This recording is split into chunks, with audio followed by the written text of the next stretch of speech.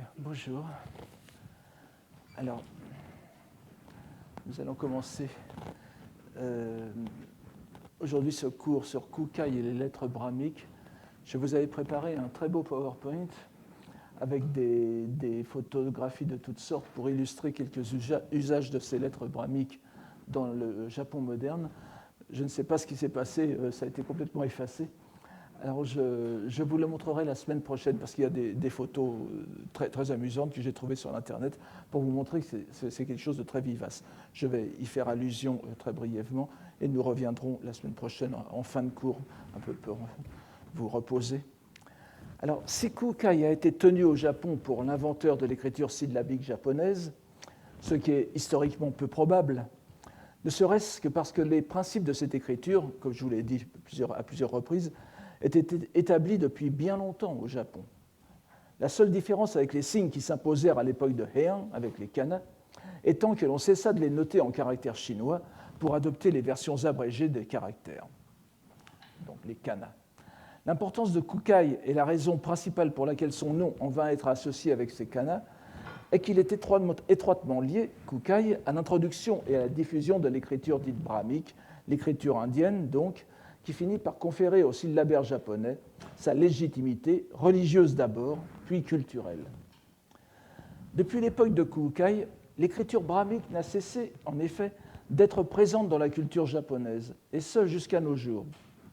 Il est vrai que l'on avait surtout l'habitude de la voir écrite sur les lamelles funéraires des cimetières japonais, ce qu'on appelle les itatoba, n'est-ce pas, ou itatoba, selon les prononciations, les tablettes funéraires déposées sur les autels domestiques ou monastiques, les ihai. Je vous montrerai toutes ces photos la prochaine fois. Mais depuis quelques années, avec la vogue de l'ésotérisme, Mikkyo, dans le Japon des années 90, on avait alors parlé du Mikkyo boom, n'est-ce pas, donc dans les années 90 du XXe siècle, et la notoriété que lui a conférée l'Internet, sans oublier les jeux électroniques et autres dessins animés de fantasy, je vous en donnerai quelques exemples la semaine prochaine, on peut dire que les bonji, les lettres indiennes, les lettres brahmiques, ont fait leur réapparition dans la culture quotidienne japonaise. Cela va des netsuke à accrocher au téléphone portable, ceux qui sont très à la mode encore, jusqu'au tatouage ou au blouson. Les mandalas sont redevenus à la mode dans le design moderne, et singulièrement les mandalas où les images des entités bouddhiques sont remplacées par les bonji.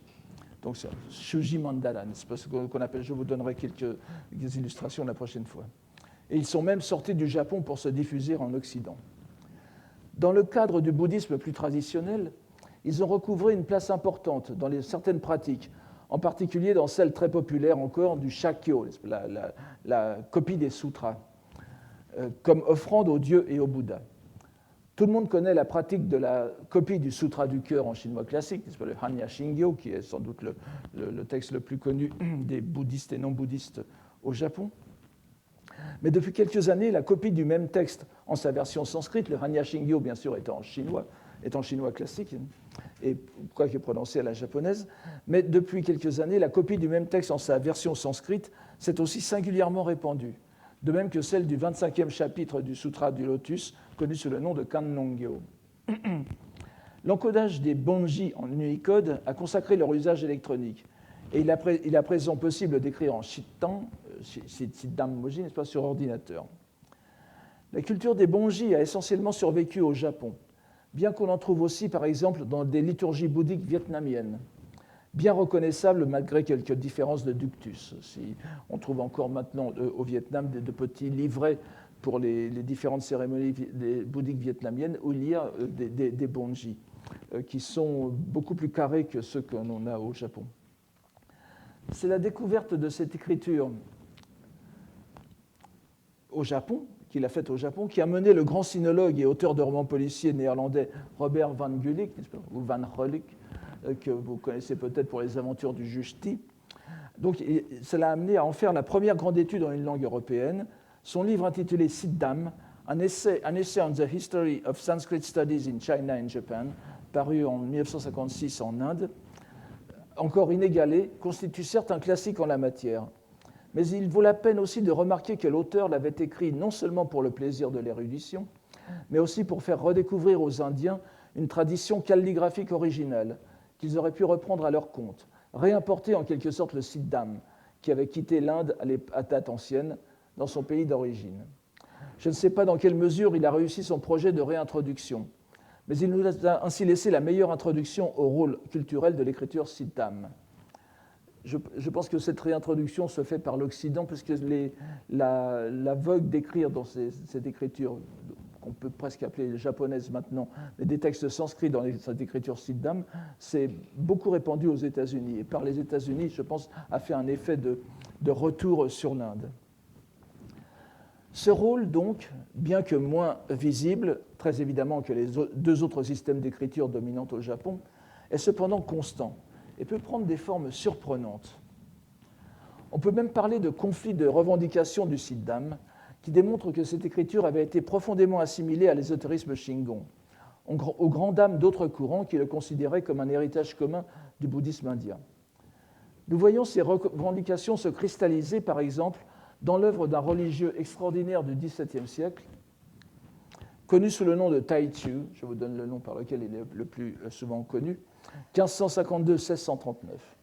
Originaire de la province de Mutsu, au nord du Japon, il avait conçu le projet audacieux d'ajouter son nom à la liste des moines partis en Chine en quête de la loi, vous vous souvenez que nous en avions parlé, les Nittogu Hoso, et de se rendre dans la Chine des Ming à la recherche des doctrines bouddhiques authentiques. Son projet le mena dans les îles Ryukyu seulement, donc les îles dont Okinawa est la plus connue, où il attendit en vain l'occasion de réaliser son rêve. Son séjour forcé l'amena à se consacrer à la propagation du Jodoshu, il était donc moine de la terre pure, de l'école de la terre pure, pas de l'école authentique de la terre pure, Jodoshinshu, mais Jodoshu, et donc dans le royaume encore indépendant des Ryukyu, et à s'intéresser aux traditions et à la religion du pays. C'était un peu que le fief de Satsuma s'empare de la plus grande partie des Ryukyu. On garde de lui un Shinto-ki, donc note sur le Shinto, n'est-ce pas, sur la voie des dieux, dans lequel, en s'appuyant sur la doctrine du Honji Suijaku, je vous en ai déjà tellement parlé que c'est peut-être pas la peine de vous redonner les caractères ici, mais donc ce que l'on appelle hâtivement le syncrétisme shinto-bouddhique, donc en s'appuyant sur cette doctrine où les bases foncières, les bases fondamentales que sont les Bouddhas, font descendre une trace dans le monde des hommes, et cette émanation des Bouddhas sont les kami. Donc, en s'appuyant sur cette doctrine, il cherche à démontrer que les divinités des Ryukyu sont profondément liées aux Bouddhas et Bodhisattvas du Shingon. Chose singulière, et ça c'est quelque chose que je n'ai pas d'autres exemples, dont je n'ai pas d'autres exemples pour l'instant, mais je suis sûr qu'il y en a, et on en trouvera peut-être quelques exemples, mais beaucoup plus fragmentaires. Donc, chose singulière, ainsi que le rappelait récemment le professeur Komine Kazuaki, donc Taichu consigne dans ce livre, dans le Shinto-ki, des poèmes rédigés dans la langue des Ryukyu.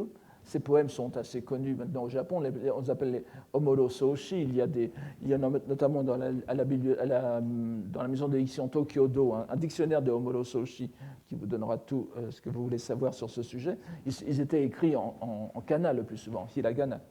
Et donc pour consigner ces Omoro Soshi, ces poèmes de Ryukyu, il a choisi pour cela, au lieu des hiragana, qui ont été le plus souvent utilisés à cet usage, les lettres brahmiques. Donc, il en a fait en quelque sorte vraiment des dharani. Son intérêt pour ces lettres n'est pas qu'anecdotique. On voit en effet qu'il y a recours dans le titre de certains de ses écrits, comme dans le compte-rendu de ses rêves intitulé Gobishu. Gobishu, n'est-ce pas, littéralement recueil de la veille et du sommeil. C'est une citation, une pseudo-citation, une citation abrégée d'un vers très connu du premier poème du Shōjin, n'est-ce pas, du Shikyo. Dans ce recueil de la veille et du sommeil, qui est une sorte de recueil des rêves, un peu comme le Yume no Ki de Myoe Shonin, rendu célèbre en France par notre ami Frédéric Girard. Donc, dans ce recueil, nous voyons sur la page de garde ces lettres brahmiques écrites à la main, ces lettres brahmiques qui correspondent à ce que je vous donne ici en japonais. Oui, Yume utsutsu no kotoba kaku, ima mina samenu. Yume utsutsu no kotoba kaku, ima mina samenu. Donc, c'est un peu télégraphique comme style, mais ça veut donc dire « paroles écrites en rêve et en veille, dont je me suis à présent complètement éveillé ». Alors, dans le texte sanskrit, dans le titre sanskrit qu'il a, en lettres sanskrites qu'il a rédigé, on remarque qu'il y a un usage très intéressant que je vous ai donné ici. Vous voyez que la première syllabe est prononcée en sanskrit ou dans une langue moderne de l'Inde, c'est la syllabe K, elle est suivie de 2 points. Ces 2 points, et c'est ce qu'on appelle le visarga en sanskrit, expriment une sorte d'aspiration, n'est-ce pas? Donc ça fait, les sanskritistes indiens modernes prononceraient ça quelque chose comme kaha, kaha, n'est-ce pas, avec une sorte de résonance de la première voyelle. Normalement, ça serait ka, mais dans les langues indiennes modernes, c'est kaha. Et or, en japonais, dans la tradition monastique japonaise, il faut bien savoir que ces bonji, ces lettres, j'ai oublié de le dire jusqu'à maintenant, mais ces lettres sanskrites sont pour la plupart imprononçables pour les Japonais, et depuis très longtemps, on a fait une prononciation japonaise adaptée de ces lettres. Or, le ha est toujours rendu par ku, pour bien indiquer qu'il y a le visarga, donc l'aspiration, est rendu par ku, pour indiquer qu'il y a une seconde partie de la syllabe. Mais ce n'est pas une seconde syllabe, normalement, en sanskrit. Et vous voyez que pour écrire le mot japonais kaku, écrire, il a simplement pris une seule lettre donc, du bonji, n'est-ce pas, de l'alphabet indien, avec le visarga. Donc, ce qui est très clairement, et lui-même était bien sûr au courant du système, mais il a vraiment pris il a fait un expédient graphique qui est tout à fait intéressant, en adaptant complètement les techniques du bonji pour exprimer un mot japonais. C'est quelque chose qui me semble tout à fait intéressant de suivre, puisqu'il utilise à plein ce qu'on pourrait appeler des sortes de défauts de prononciation japonaise, mais il les rentabilise en quelque sorte pour noter le japonais. On pourrait tout à fait imaginer, vous voyez bien que le japonais, les bonji seraient parfaitement adaptés pour transcrire le japonais, évidemment. L'autographe de ce manuscrit est encore au Danno Horinji, donc un monastère de Kyoto, qui a été fondé par Taichu lui-même. Nous lui devons aussi un ouvrage intitulé Bonkan Taeishu, les lettres brahmiques et chinoises en contraste. Alors là aussi, c'est quelque chose d'intéressant, et on va en revoir quelques exemples tout à l'heure. Un exemple en tout cas, dans lequel il s'attache à démontrer que les bonji n'appartiennent pas seulement à l'ésotérisme Shingon, mais qu'ils sont le bien de tous les courants bouddhiques japonais. Cette idée est d'ailleurs tout à fait pertinente. Rien ne fonde à l'origine un lien particulier entre les lettres brahmiques et l'ésotérisme, si ce n'est évidemment que ce sont des moines indiens tardifs arrivés en Chine qui ont propagé cette écriture, puisqu'il s'agissait de l'écriture dans laquelle les sutras bouddhiques tardifs avaient été transmis en Chine. Il y a des exemples très parlants de détournements de textes bouddhiques parfaitement universels, appartenant aux plus anciennes couches du bouddhisme, qui, parce qu'ils se sont transmis au Japon en écriture brahmique, ont pris une coloration ésotérique qu'ils n'avaient nullement à l'origine. Je pense en particulier à la célèbre stance dite du corps de loi, Hoshinge, que vous connaissez tous plus ou moins en japonais ou sino-japonais, Shoho Juengi, Nyorai Setsu Zein, Zeho Juen Metsu, Zedai Shamon Setsu, en sino-japonais, donc, on peut traduire, je risque une traduction très mot à mot, n'est-ce pas, des entités, shoho, nées d'une cause. L'ainsi venu expose cette cause et leur disparition. Et leur disparition, ainsi la prêche-t-il, le grand religieux.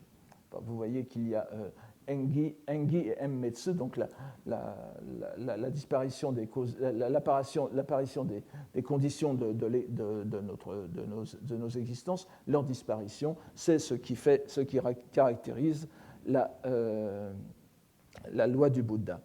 Alors, en sanskrit, cette stance est connue en pali aussi.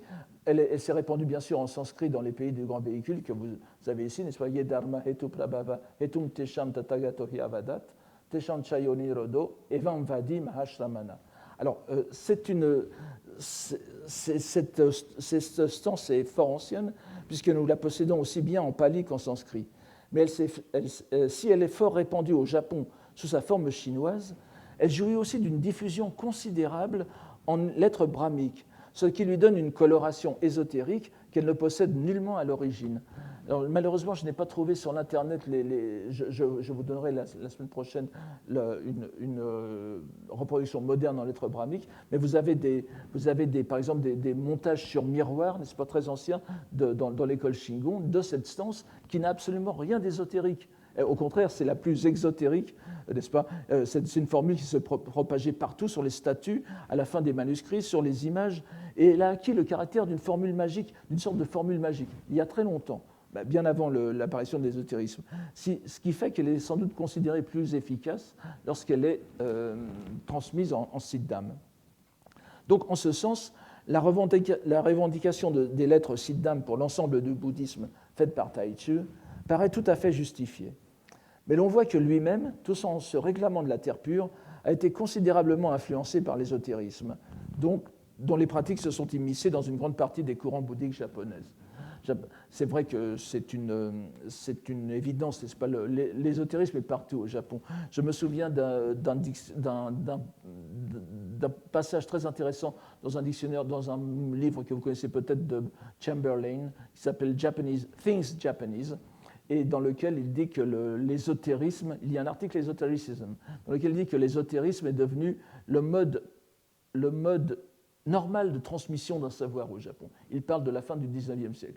Tous ceux qui sont intéressés au thé, même au shogi, n'est-ce pas, aux échecs japonais, au go, à la calligraphie, n'en parlons pas, ont bien vu cette espèce d'emprise de l'ésotérisme. Et le fait d'utiliser les bonji ajoute bien sûr à cela. On trouve l'emploi de ces lettres bonji jusque dans la poésie japonaise.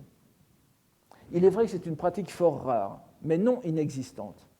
On ne sera pas étonné de la trouver chez un moine poète tel que Jien, en une occurrence remarquable dans l'une de ses séquences sur les 10 incités composées pour l'Assemblée festivale des reliques, Genichi Shariko.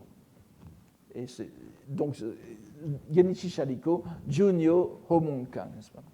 Il s'agit d'un poème sur l'incité de cause qui est couché en ces termes. Alors d'abord, quelques mots sur c'est donc une suite de cérémonies d'hommage à des reliques de Bouddha déposées dans un temple.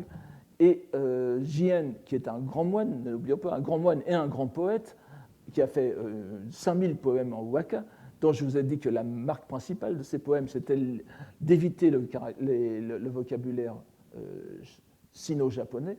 Eh bien, dans cette série de waka, là, il utilise à plein justement ces caractères, les caractères sino-japonais. Ce qui fait que, du point de vue littéraire, ils sont très peu admissibles. Mais en même temps, du point de vue doctrinal, ils sont très importants.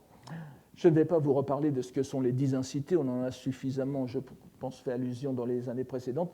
Je vous rappelle que c'est une série de 10 catégories de perception de la loi et des phénomènes que le Bouddha enseigne, enfin, dont il mentionne l'existence, parce que malheureusement l'explication n'y est pas, dans le second chapitre du Sutra du Lotus, dans le chapitre des expédients. Et parmi ces 10 incités, vous avez l'incité de cause et l'incité des faits. Donc, ici, il s'agit d'un poème sur l'incité de cause, comme vous le voyez, qui est couché en ces termes. Alors, comme je n'ai pas trouvé, malheureusement, l'Unicode existe pour les lettres brahmiques, mais je n'ai pas pu le mettre en œuvre, si bien que j'ai eu recours à un expédient salvifique, un stratagème, un hoben, n'est-ce pas, et je l'ai remplacé, ce que l'on fait couramment au Japon et en Chine, vous le verrez tout à l'heure, par son équivalent chinois. Donc, je vais vous l'expliquer. Permettez-moi d'abord de vous lire ce poème en japonais, oui. Zein-nyoni. Alors, il faut le lire ici. Kanji no jigi o omou kana. Oginaki yado ni aki no yukaze. Zein-nyoni. Kanji no jigi o omou kana. Oginaki yado ni aki no yukaze. Alors, pour traduire, ce n'est pas facile, mais en incité de cause, nous pensons au sens de la lettre han. Kan, prononcé kan en japonais, mais han si c'est en sanskrit. Alors évidemment, il faut prononcer ici kan. Dans le gîte sans roseau, le vent du soir d'automne. On pourrait discuter sur le oginaki, peut vouloir dire aussi oginaki yado, dans le gîte où chantent les roseaux. Simplement pour l'ensemble du poème, je crois qu'il faut traduire ici naki par sans. Il n'y a pas, n'est-ce pas? Et c'est aussi l'opinion des éditeurs récents. Nous n'allons pas entrer ici dans les détails complexes du sens doctrinal de ce poème, et je m'en tiendrai à ce qui intéresse notre propos. Tout d'abord, donc, la présence de cette lettre brahmique, que l'on appelle aussi lettre germe, shuji. Shuji, c'est bija en sanskrit, c'est-à-dire la lettre qui contient en germe à la fois le Bouddha qu'il représente, parce qu'il représente un Bouddha ou bodhisattva, et aussi la notion bouddhique et les éléments constitutifs du monde qu'elle peut aussi représenter. Donc bija veut dire la lettre germe, on pourrait dire en français la prégnance de cette lettre. N'est-ce pas? Donc, en tant que lettre brahmique, elle condense toute une série de sens doctrinaux et métaphysiques. Comme nous le voyons, si elle correspond bien à la lettre Han du sanskrit, je vous l'ai écrite à droite ici, les Japonais la prononcent kan. Nous pouvons considérer, comme je suggérais déjà, et comme dans le livre sur Jien, la centurie du lotus, et comme le confirment les récents éditeurs du Shugyokushu, le recueil poétique de Jien, donc, que le point qui signifie la nasalisation, le point qui est au-dessus, ne doit pas être pris en compte. Et là, je m'avance un peu, mais je pense que la solution est assez évidente. Cette nasalisation, cette prononciation kan, n'est-ce pas, devait être liée à la nature nasale de certaines voyelles en japonais ancien. Et quand je dis japonais ancien, ça va jusqu'au XVIIe siècle. Vous savez que les missionnaires ont par exemple transcrit Nagasaki et par exemple transcrit Nangasaki, n'est-ce pas? Parce que la voyelle A était une sorte de contenait la nasale, et on en a des preuves dans la transcription ancienne des caractères chinois finissant en N ou en NG, c'est pas par simplement la voyelle, donc ce qui montre bien que les Japonais anciens prononçaient par exemple le U, prononçaient le U, Bon, alors il y a une sorte de nasale inhérente. Et cette nasalisation est ici manifestement renforcée par la liaison avec le caractère qui suit le bonji, n'est-ce pas? Vous avez le caractère J, n'est-ce pas? Donc kanji. Oui, vous remarquez que le caractère chinois que j'ai choisi se lit ga, vous connaissez certainement, se lit maintenant ga, vous le connaissez certainement dans Nengajo, n'est-ce pas, les cartes de vœux du Nouvel An. La prononciation ancienne peut être ga ou ka, et elle transcrit donc le sanskrit ha. Alors qu'en chinois moderne, ça se prononce encore he, n'est-ce pas? Bon, ce sont des choses un peu superflues. Donc il s'agit bien de la lettre ha, qui, en tant que lettre germe, représente l'élément du vent dans les 5 éléments, les godai, les 5 éléments que distingue le bouddhisme. Donc, je vous les ai mis, chi, sui, ka, fu, ku, la terre, l'eau, le feu, le vent et le vide, la vacuité. C'est donc les 4 éléments primordiaux de la cosmologie chinoise et d'ailleurs partout, auxquels on ajoute le vide, ce qui en fait les godai sanskrits, les godai bouddhistes. Alors évidemment, cette lettre représentant le vent s'accorde bien avec le dernier vers qui évoque le vent d'un soir d'automne, n'est-ce pas? Aki no yu kaze.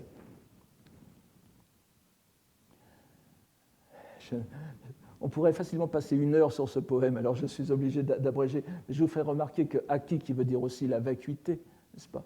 Donc, Aki veut dire l'automne, mais aussi la vacuité.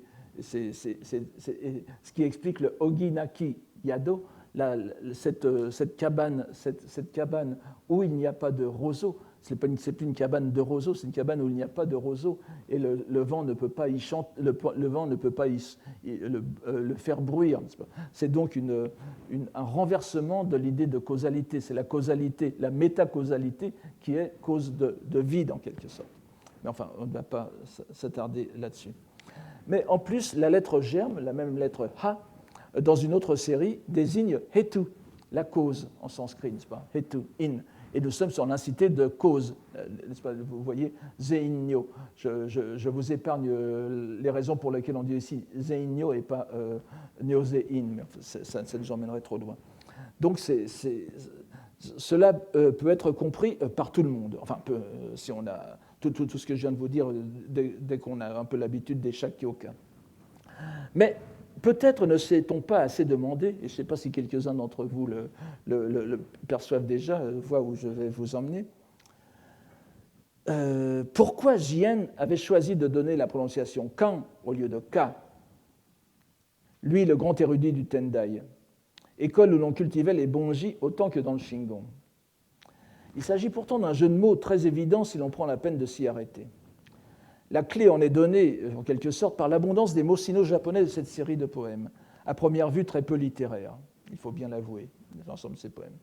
Le sens de la lettre Han, prononcé en japonais kanji no jigi, s'entend phonétiquement comme identique au mot kanji, kanji no jigi, caractère chinois. Et le syntagme, donc le kanji no jigi, devient alors le sens des caractères chinois.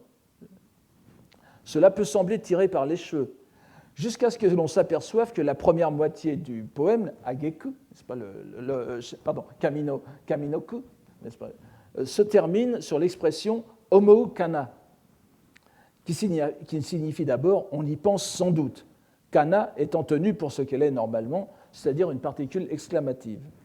Mais appelée par le mot kanji qui précède, et en position finale et donc privilégiée du kaminoku, nous sommes invités à lui donner un sens substantif. Il s'agit bien du syllabaire japonais des kana. Donc vous avez kanji no jigio omou kana. Cela ne nous étonnera pas. Nous qui avons vu il y a 2 ans que chez Son-en, disciple indirect de Jien, la particule exclamative finale kamo, qui est très proche de cela, devait être prise au sens de canard sauvage. C'est kamo et kamo. Il n'y a rien là que de très normal. Et les 3 vers prennent alors le sens. Les signes syllabiques japonais des poèmes par lesquels nous méditons, homo, un terme bien attesté aussi, un sens bien attesté, par lesquels nous méditons sur le sens des caractères chinois dans l'incité de cause. Ce sont ces dénominations provisoires, kana, kemyo, vous le savez maintenant, qui permettent au moine Jien de déployer en un poème japonais le sens vrai de cette incité, qui est que le bruit du vent sur un gîte qui n'est pas fait de roseaux, dont le bruissement révélerait sa présence, manifeste en fait la véritable vacuité, ou plutôt l'activité suprême, débarrassée de l'action relative des causes et des effets. Ce poème, qui nous semblait à première vue de facture maladroite, voire erronée dans sa reproduction de la lettre brahmique, est en réalité l'heureuse expression de l'entrelac tissé par Jien entre les 3 formes d'écriture coexistant au Japon et de la façon dont elles interagissent entre elles. Jien est un moine de la fin de l'époque de Heian, je vous le rappelle. C'est 1155-1225, qui voit donc l'aboutissement du processus d'intégration dans la langue et dans la culture de cette écriture brahmique dont Kukai avait assuré l'introduction au Japon. Nous retrouverons Jien tout à l'heure dans les dernières minutes. Bien qu'elle repose sur une tradition d'écriture fort ancienne en Inde, remontant sans doute au 8e siècle avant l'ère chrétienne, et lointainement dérivée du phénicien, cette écriture, l'écriture brahmique, dont le nom indien est Brahmi, ce style d'écriture, donc l'écriture remontant à Brahma, a pris au cours des siècles de nombreux aspects et a noté non seulement une multitude de langues indiennes, mais aussi des langues extérieures à l'Inde, du tibétain et des langues du bassin du Taklamakan, n'est-ce pas, le Turkestan chinois, c'est-à-dire des langues comme le Kouchien et le Khotanais, jusqu'au nord, au nord de l'Inde, donc, et jusqu'aux langues de la Birmanie, du Cambodge, de Java et du Siam vers l'est. Le Siddham, nous l'avons dit, Shitton en japonais, est l'une des variantes de cette écriture, relativement récente, puisqu'elle se serait développée au VIe siècle dans le nord de l'Inde. Nombre de ces lettres sont identiques, je vous l'ai dit, à celles de l'alphabet tibétain, dont l'histoire traditionnelle tibétaine fait remonter l'invention à l'année 633. C'était l'équivalent tibétain d'un Kentōshi, de la légation à la Chine du Japon, mais sauf que là, c'était une ambassade vers l'Inde avec l'envoyé tibétain dont le nom s'est transmis Tongmi Sambota, n'est-ce pas, qui aurait rapporté de l'Inde l'alphabet qu'il a adapté à la langue tibétaine. Si Kukai a transmis au Japon pour la première fois de façon systématique la connaissance de cette écriture, des textes sanskrits avaient déjà été importés de longue date dans l'archipel. Des monastères comme le Horyuji conservent des manuscrits parmi les plus anciens écrits sanskrits transmis à notre époque, dont l'écriture est de même type que le Siddham. Ils ont été édités dès le XIXe siècle par Friedrich Max Müller, je n'ai pas le temps de vous le présenter davantage, c'est dommage, et son disciple japonais Nanjo Bunyu. Vous avez les dates sur le tableau. On ne sait pas qui était capable de lire et de comprendre ces textes avant Kukai, mais il convient de faire ici une mise au point d'importance sur les connaissances transmises par ce religieux. Le plus facile, pour résumer cette question, serait d'examiner la destinée japonaise du mot sanskrit qui désigne l'une des sciences les plus importantes pour les maîtres indiens, les panditas, à savoir la grammaire, qui est l'une des 5 sciences. Je vous donne les termes ici. Gomyo en japonais, les panchavidya, au même titre, les 5 sciences qui fondent la connaissance, disons, élémentaire, la connaissance préparatoire aux études plus élevées. C'est d'abord la grammaire, donc la logique, immyo, littéralement, vous voyez, la science vidya. Myo ne veut pas dire clair, comme on trouve parfois. Je vois qu'il y a parfois des gens qui traduisent shomyo par la voix claire. Ça ne veut pas dire ça du tout, n'est-ce pas? Ça veut dire la science de la voix, littéralement. Donc la clarté sur les causes, immyo, la science des causes. Donc, naimyo, qui correspond plus ou moins à la dogmatique ou à la métaphysique, la médecine, ihomyo, etc. La grammaire, donc, dont on connaît l'importance fondamentale de la haute culture indienne, passant de Shabda Vidya en sanskrit, qui veut dire la science des sons, parce que vous voyez que ça commence en effet par l'étude de l'alphabet, des phonèmes de la langue. C'est une science extrêmement graduée et structurée depuis longtemps en Inde.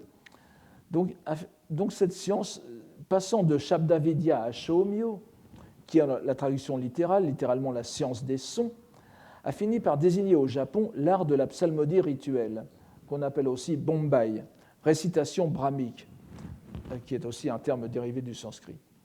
Sous ces noms s'est transmise au Japon une tradition complexe de chants liturgiques, différents selon les écoles. Et le shomyo désigne le plus souvent la récitation des textes bouddhiques sino-japonais. C'est dire que la véritable science de la grammaire sanskrite ne s'est jamais transmise au Japon, pas plus qu'en Chine d'ailleurs. Et s'il est arrivé, alors qu'elle s'est parfaitement transmise au Tibet par exemple, enfin parfaitement, oui, dans des détails très importants. Et s'il est arrivé que de très rares moines chinois maîtrisent parfaitement le sanskrit, il ne semble pas que de tels cas se soient trouvés au Japon. L'évolution sémantique du terme shomyo, de grammaire à psalmodie, montre bien la façon dont le Japon a intégré cette science, en occultant presque complètement son aspect fondamental de grammaire systématique.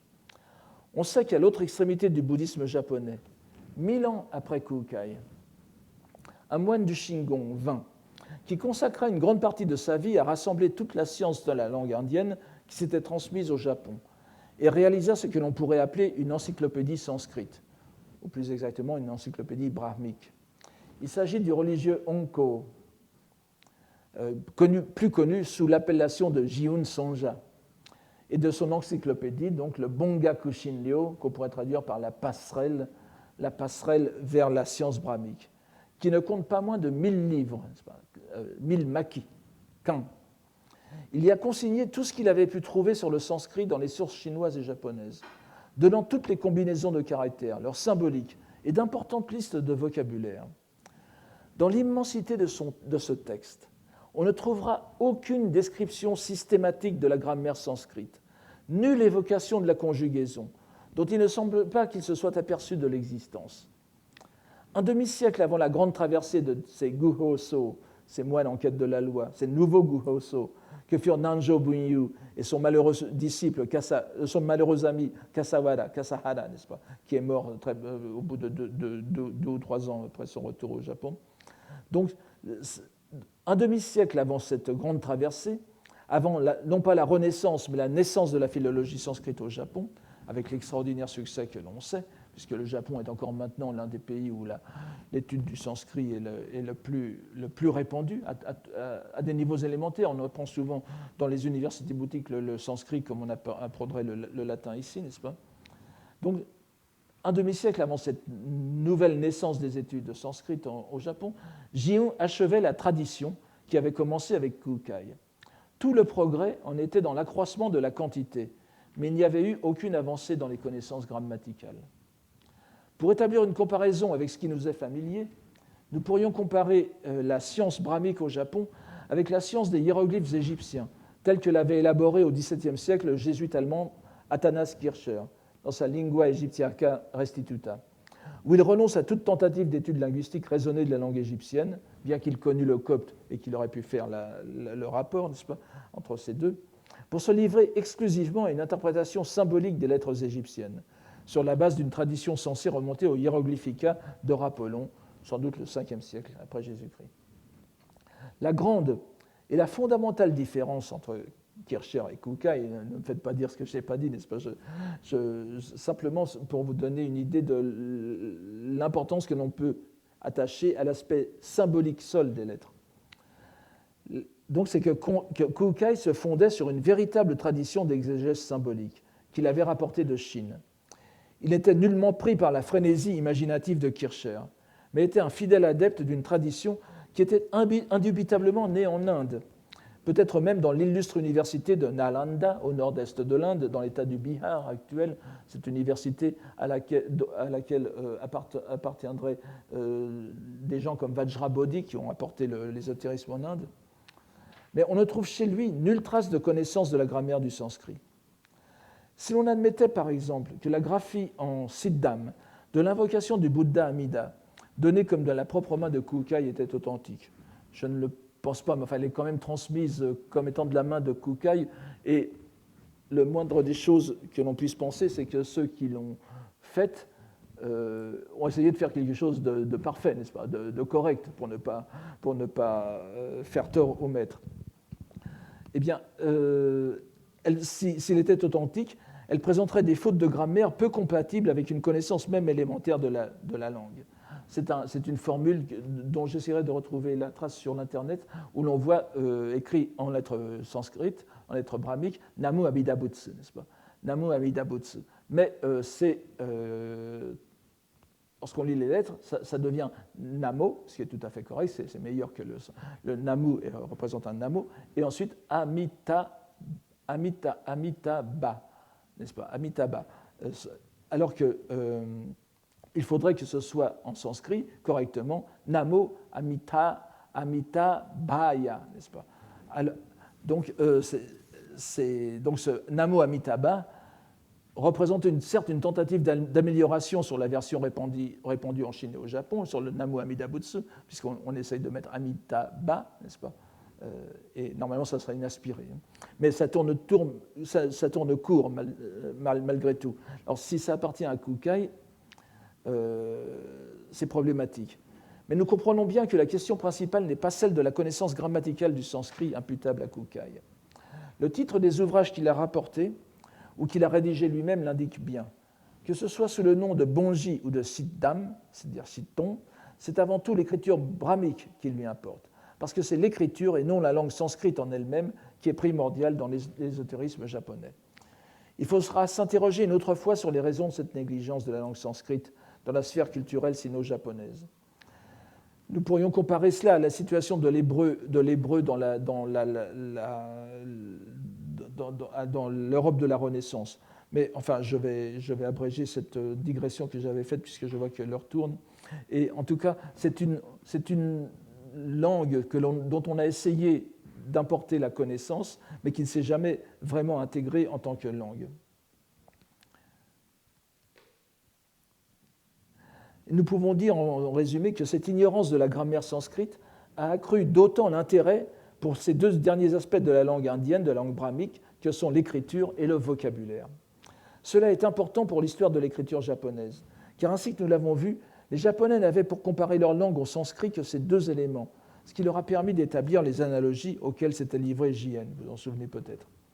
Et c'est aussi ce qui va faire la base de notre cours, puisque Kukai Dans ces écrits que nous qualifierons très improprement de linguistiques, il vaudrait mieux essayer ici le terme de hiéroglossique, mais je ne voudrais pas paraître faire de la réclame pour ce concept. Donc, lui n'abordera en profondeur que cet aspect. Mais quelle profondeur? Le texte de Kukai que nous allons étudier fait partie d'un corps relativement restreint qui est connu dans l'école Shingon sous le nom de Jikkansho, ou texte en 10 livres, que je me permettrai d'appeler ici le Décabiblon, pour simplifier les choses. Je traduis maki par livre, n'est-ce pas, et pas par fascicule, qui ne veut rien dire, ni par volume, qui est trompeur. Ça correspond exactement à l'ancienne division de l'Antiquité gréco-latine, n'est-ce pas? Nous avons les 10 livres de telle ou telle œuvre. Le mot de livre va très bien. Comme le titre sino-japonais l'indique, il ne s'agit pas de 10 œuvres différentes, mais d'œuvres qui contiennent en tout 10 livres. Elles sont en réalité au nombre de 7. Nommons-les tout d'abord. Je vous donne ici la liste, n'est-ce pas? Je ne reviens pas dessus, je vous donne simplement les traductions françaises. La première, c'est dans l'ordre donné par ce décabiblon qui est devenu une sorte de bréviaire de l'école Shingon, n'est-ce pas? On la distribue aux moines, aux novices, etc. Ils sont censés les connaître quasiment par cœur. Donc la première, c'est la clé secrète du Sutra du cœur de la Sapience. Le second, le sens de la réalisation de l'état de Bouddha dès ce corps. Le troisième, le sens des phonèmes, des graphèmes et de l'aspect réel, le texte que nous allons étudier. Le quatrième, le sens de la lettre hum, unji, un en japonais, n'est-ce pas? Le cinquième, la distinction des deux enseignements exotériques et ésotériques, nous en avons déjà parlé. Le sixième, la clé précieuse du trésor secret, dont nous avons déjà parlé aussi. Et la septième, le traité sur la pensée d'éveil, qui n'est autre que le traité même attribué à Nagarjuna. C'est en réalité, ce n'est pas de Kukai. Nous avons déjà parlé brièvement de 2 de ces 7 ouvrages, qui concernent tous ce que l'on appelle dans l'école Shingon l'aspect doctrinal. L'aspect doctrinal, Kyoso, l'un des 2 aspects de la vie religieuse, l'autre étant le Jiso, ou aspect rituel, qui recouvre ce qui touche au rite et à la liturgie au sens le plus large. Cela correspond plus ou moins à la distinction que fait le Tendai entre le Kyoso et le Kanso. Donc, le Tendai distingue les aspects doctrinaux et les aspects de la méditation, puisque pour le Tendai, la pratique, le Tendai exotérique, n'est-ce pas, la pratique, c'est la méditation. Pour le Shingon, vous avez l'aspect doctrinal et l'aspect pratique, mais qui est cette fois l'aspect réellement pratique, c'est-à-dire de performance liturgique, dans tous les sens. Dans ce corpus, nous nous intéressons plus spécialement à ce que l'on appelle la trilogie, Sambu, n'est-ce pas? Alors, on appelle ça en abrégé, n'est-ce pas? Sokushoun, c'est-à-dire les appellations tirées du premier caractère de chacun des 3 titres de ces ouvrages. Donc, le Soku pour le Sokushin Jōbutsugi, Sho pour Shōjiji Sogi, et le dernier, Un pour Unjigin. Par une sorte d'inéluctabilité classificatoire, si je puis dire, à laquelle le bouddhisme nous a habitués depuis la période la plus ancienne, cette trilogie est mise en rapport avec les 3 mystères, Sammitsu, c'est-à-dire les 3 domaines dans lesquels peut s'opérer l'ésotérisme, qui concernent donc le corps, la parole et la pensée, Shinku-i. Vous voyez évidemment pourquoi, n'est-ce pas? Le Sokushin Jōbutsu, donc Shin, le corps, Ku, évidemment, Koe, et I, la pensée, la conscience, c'est pour le dernier caractère Un, qui est un caractère global et qui regroupe tout. Donc c'est le 6e élément. Le 6e élément est la conscience. Alors on voit comment les 2 classifications s'accordent ici terme à terme. Voyons tout d'abord en quelques phrases de quoi traite le premier texte de cette trilogie, donc Sokushin Jōbutsu. Ainsi que l'indique le titre, Kukai considère ici une question que se sont posées la plupart des grandes écoles sino-japonaises et y apporte la réponse de l'ésotérisme. La question est de savoir, devant le découragement provoqué par l'évocation des immenses périodes cosmiques nécessaires aux pratiquants pour arriver à l'état de Bouddha, s'il n'y a pas, pour ainsi dire, un raccourci permettant de sauter par-dessus la quasi-infinité des pratiques progressives afin d'accéder directement et dans un futur immédiat au fruit suprême du bouddhisme. Kukai répond à cette question par l'affirmative, en invoquant plusieurs sutras. Je vous rappelle que c'est une question qui ne se pose pas seulement au Shingon, mais à l'ensemble des écoles bouddhiques qui ont fleuri au Japon, n'est-ce pas? Le Tendai aussi. Le Tendai distingue bien 52 stades de la pratique et les derniers stades, les 10 derniers stades, lorsqu'on est de bodhisattva et qu'on doit franchir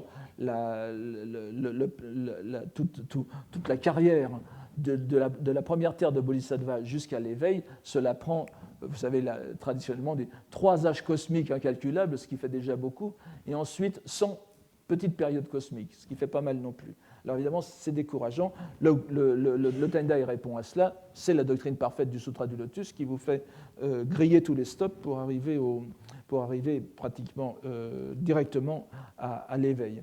De même, le Zen, n'en parlons pas, n'est-ce pas? Vous savez aussi la réponse qu'il a apportée. Nichiren qui a porté à son paroxysme les doctrines du Tendai, n'est-ce pas, réduit même l'étude du bouddhisme à la récitation du titre du Sutra du Lotus. La terre pure, c'est pareil, n'est-ce pas? La récitation du nom du Bouddha Amida suffirait à vous mettre au niveau d'un bodhisattva de la dernière étape, etc., etc. Donc la question de Kukai est tout à fait légitime. Et il va y répondre aussi par l'affirmative, n'est-ce pas? Il y a en effet quelque chose. Et alors, il y invoque plusieurs sutras, enfin il en invoque 2 spécialement, et en dernier lieu, le texte même qui clôt le Décabiblon sur le traité sur la pensée d'éveil de Nagarjuna. C'est donc une citation donnée par Kukai. Je vous la mets ici, et si je la lis lentement pour que vous puissiez suivre aussi. Et nous reviendrons sur ces textes dans le séminaire, je vous en parlerai à la fin. Ce n'est que dans la loi des paroles de vérité, Shingon-ho, loi ici veut dire, je traduis par loi pour vous montrer quel caractère ho, ça veut dire ici méthode ou pratique, n'est-ce pas, que l'on réalise l'état de Bouddha dès ce corps. C'est pourquoi on y expose les méthodes de concentration, Samaji-ho, Samadhi. Elles manquent dans les diverses écoles, qui n'ont rien écrit là-dessus. La concentration qu'on est, c'est un peu exagéré, n'est-ce pas, le Tendai parle pas mal de concentration aussi. La concentration qu'on y expose est la concentration attestée en soi par le corps de loi, Hoshin, Dharmakaya, donc le niveau suprême des corps, des 3 corps de Bouddha. Les autres doctrines sont des enseignements exotériques, exposés par le corps de fruition altruiste. Alors le corps de fruition altruiste, c'est Taju Yushin, n'est-ce pas, que vous voyez au dernier segment de phrase, qui est l'aspect, disons, le corps de loi est divisé, selon certaines écoles, en corps de fruition pour soi, qui est donc quasiment un corps que seul le Bouddha peut percevoir. C'est son corps il jouit de son état de libération. Et vous avez aussi le corps de fruition altruiste, dans lequel donc une partie du corps métaphysique de Bouddha peut faire une interface, comme on dirait maintenant, avec le monde phénoménal. Alors, la seconde citation est encore plus explicite. Si, recherchant la sagesse de Bouddha, on accède à la pensée d'éveil dans le corps né d'un père et d'une mère, on attestera rapidement l'état de grand éveil. Vous voyez, Bodaishin, faites attention, ce n'est pas la pensée éveillée, ce n'est pas l'état de Bouddha. J'en ai parlé l'année dernière, n'est-ce pas? C'est Hotsu Bodaishin, c'est Hoshin en japonais, c'est-à-dire concevoir la pensée, le désir d'arriver un jour à l'état de Bouddha. C'est-à-dire c'est le premier pas dans la voie bouddhique, ce n'est pas le dernier. Souvent, on pense que la pensée d'éveil veut dire la pensée éveillée. Pas du tout. C'est quelqu'un qui était complètement hors du bouddhisme, qui un jour, pour une raison ou pour une autre, se dit « je vais entrer dans la voie bouddhique ». C'est donc le premier pas. Donc si en recherchant la sagesse de Bouddha, on accède à la pensée d'éveil, si on arrive simplement à ce premier pas, dans le corps né d'un père et d'une mère, on attestera rapidement l'état de grand éveil. La substance de ce qu'entend démontrer Kukai est donnée dans ces 2 stances. Alors elles sont un peu difficiles et là aussi nous allons les revoir plus lentement en séminaire. Alors, je vous donne ici la première stance. Les 6 éléments sont sans obstacle. et éternellement en conjonction. Vous voyez, yoga, hein, c'est le mot sanskrit. Les 4 sortes de mandalas ne sont pas séparés chacun l'un de l'autre. Les adjuvances, je traduis par ce mot kaji, que l'on traduit parfois sammitsu kaji, n'est-ce pas? Les adjuvances, c'est-à-dire ce qui vient en aide, kaji, ce qui apporte ce qui accroît son aide pour maintenir, n'est-ce pas? Alors c'est traduit très souvent par bénédiction. On le traduit, vous savez que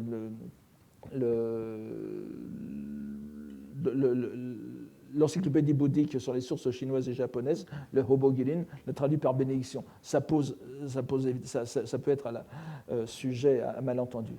Donc les adjuvances des 3 mystères mèneront rapidement à la manifestation. Et plus loin, Kukai précise que cette manifestation, le dernier caractère du troisième vers, Ken Arawasu, c'est la manifestation des 3 corps, c'est pas? C'est-à-dire des 3 corps, les humains que nous sommes, peuvent arriver à manifester les 3 corps. Et donc, le filet d'Indra des états superposés a nom dès le corps.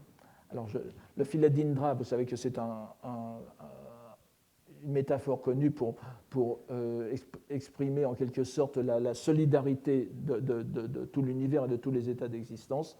Et donc, ces diverses strates du filet d'Indra, c'est-à-dire du phénoménal jusqu'au plus métaphysique, peut se réaliser dès ce corps. Alors, vous voyez que c'est Sokushin.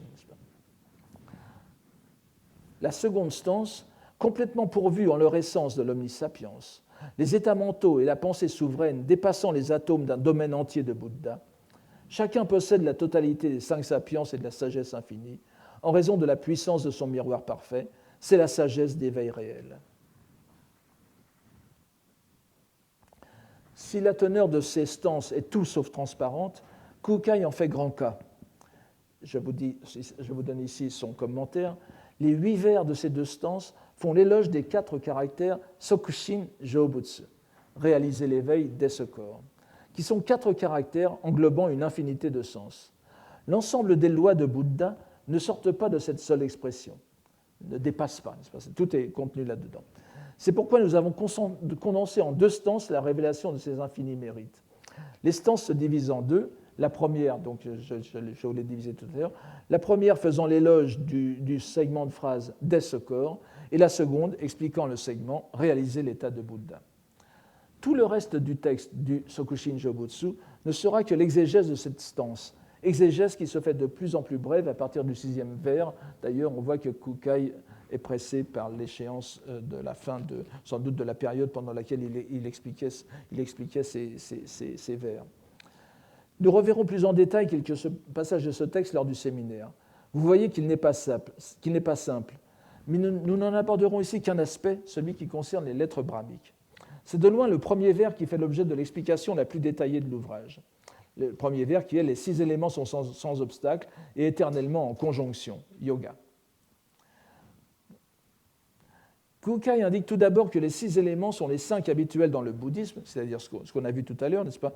Chi ou Do, Tsuchi, Mizu, Hi, Kaze, Ku, c'est pas donc la terre, l'eau, le feu, le vent et la vacuité. Et le 6e est constitué par la conscience, Shiki, Ishiki. Après avoir cité une stance du Sutra de Mahavairochana qui décrit ce qu'est l'état de conscience de Bouddha, voici cette stance. Je me suis éveillé à l'incréé originel. J'ai dépassé la voie du langage. J'ai obtenu délivrance de mes fautes, me suis affranchi des causes et conditions, et ai compris que la vacuité était égale à l'espace. Aussitôt après, Kukai cite les 6 lettres germes d'un mantra qui est certainement le plus connu de la tradition ésotérique japonaise, Avirahun Kan Hon, n'est-ce pas, qui est prononcé à la japonaise Abirahun Ken Un. Considéré comme le mantra de tous les Bouddhas, mais relié avant tout à Dainichi Nyorai. Il fut même considéré comme étant apparu lorsque le dieu Iwanami, dans la mythologie japonaise, ayant trempé sa lance dans l'océan primordial, les gouttes qui en tombèrent créèrent la première île de l'archipel japonais. Et en même temps est apparu ce mantra, n'est-ce pas? Kukai met alors les 5 premières lettres germes, donc ces bija, ces shuji, en relation avec les 5 éléments. Je vous traduis ce que donne ici Kukai. La lettre A a le sens d'incréation primordiale des entités, et est l'élément de la Terre.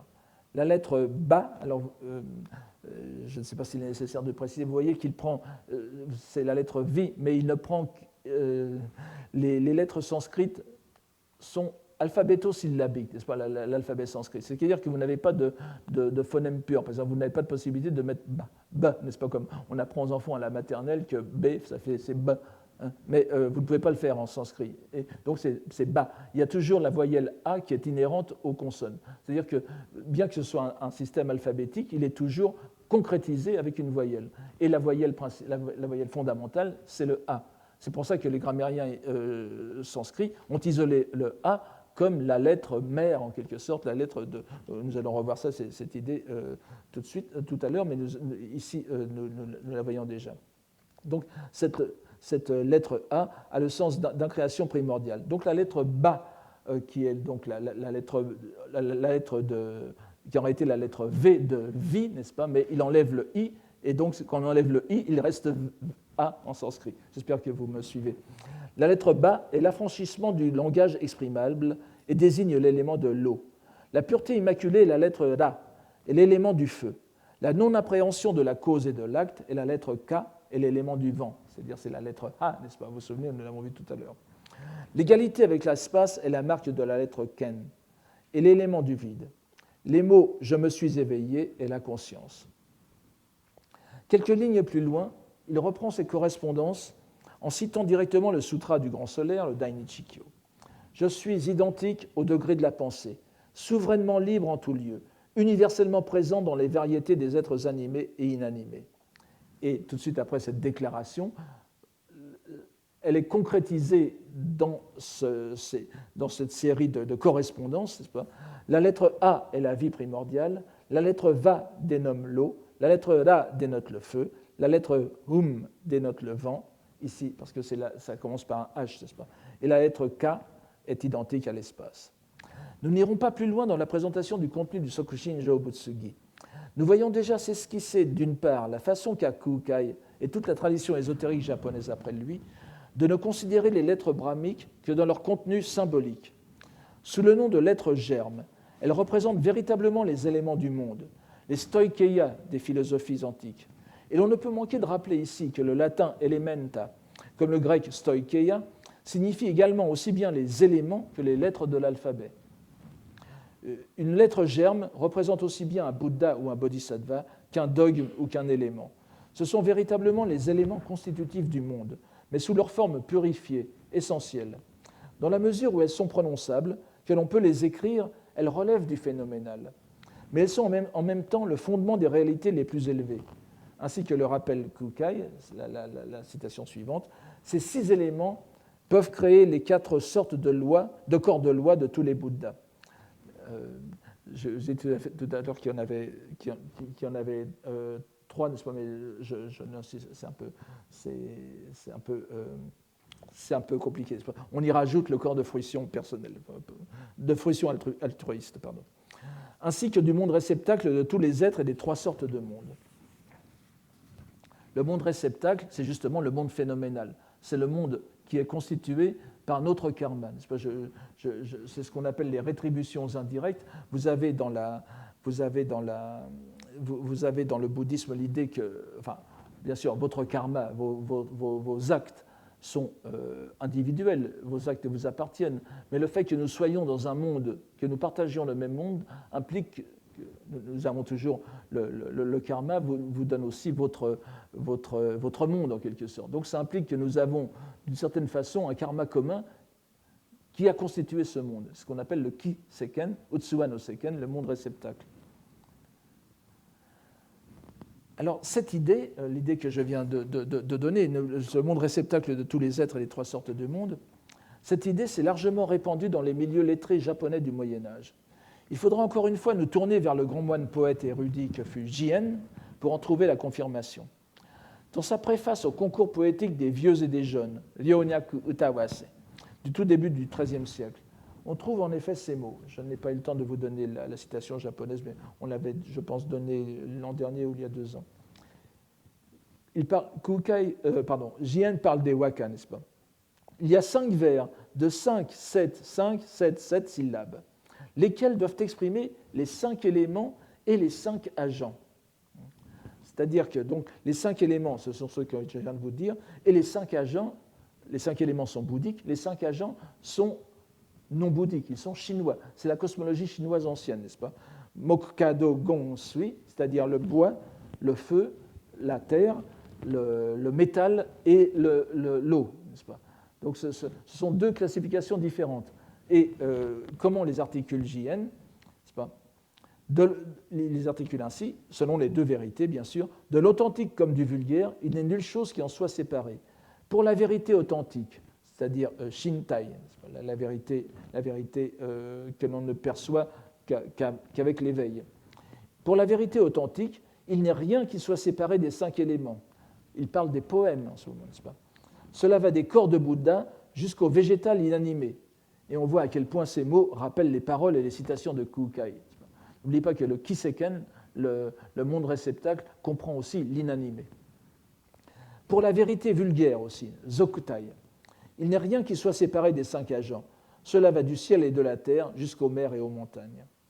Vous voyez que cette idée, ce dogme des 5 éléments, amène de façon inéluctable au sens profond de la poésie japonaise. Car n'oublions pas que dans ce texte, Jien n'entend pas du tout se limiter au poème à thème bouddhique, au Shakkyoka. Il n'en parle même pas du tout.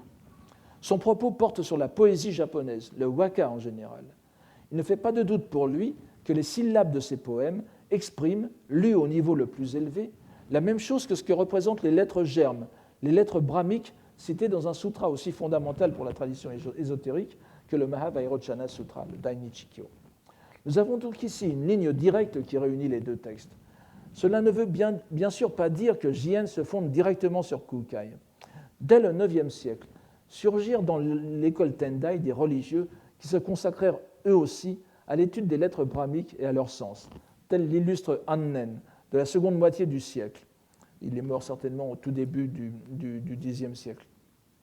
L'élève de Ennin, illustre moine qui est allé en Chine et il a laissé une série d'écrits à ce sujet. On débat encore pour savoir s'il s'est ou non rendu en Chine, bien que cela semble très peu probable.